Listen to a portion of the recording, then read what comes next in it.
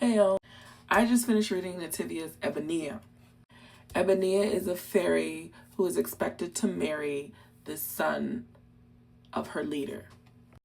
War is the warlock who stops that from happening and kidnaps Eboenia the day of her marriage. In the ensuing chaos, Eboenia comes to realize that maybe that was a good thing. I don't know which one of you hoes influenced me to go and put this on my Kindle, and I'm not sure whether I am happy or mad at you about this. Eboenia is very much Black paranormal romance, but it's also dealing with a bunch of dark themes, but then it's also Baltimore niggas with powers. And I don't know much about niggas from Baltimore, but once you get in your head that that's who this book is about, the read is absolutely worth it.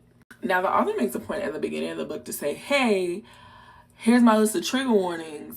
Beware. And if you don't beware, that is absolutely on you, because this book has some very dark themes. Like, honestly, I don't think I would have read it if it was not already something I would have read, like a Black paranormal romance situation. And I don't want to fully give it away, but I will say, like, if you got Kindle Unlimited, read the first page. Read the author's warnings. Decide if that's something you feel like dealing with. That being said, because it was set in Baltimore, and you get the idea that these are Baltimore people and they talk the way they talk and they do the things they do, but they're also fairies and warlocks and they have their other realms and stuff.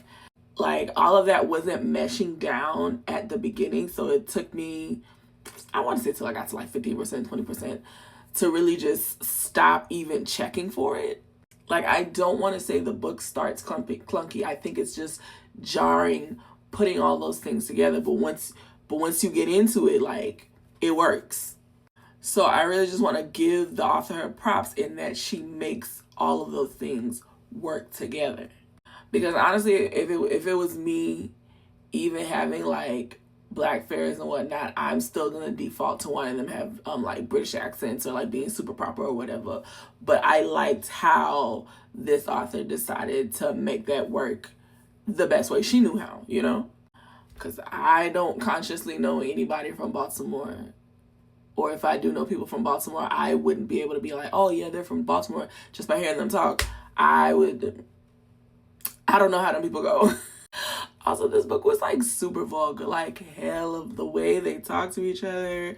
It felt vulgar. It felt kind of misogynistic at points, but for some reason it worked. I continue to say, read it at your own pace, in your own timing. Like, make sure this is something you feel like reading. Because if this was a series, I would not come back to it. But I'm still giving this book a 4 at the end of this review. I'm lying. I probably would read another book. I don't know. I don't even know what else to say about this book. Like, it was a lot going on, but I really just felt like the author did a pretty good job. It was hella dark. It was a good bit of sex scenes, but they did not feel excessive. Like, I'm really just trying to remember who it was that put me onto this book. I know it couldn't have been one of my regular follows, but like, I feel like, I don't know. But if you like dark theme, Black paranormal romance, and fairy smut, then this book is definitely for you. I didn't agree with everything that was going on with this book, and that's why I gave it a 4.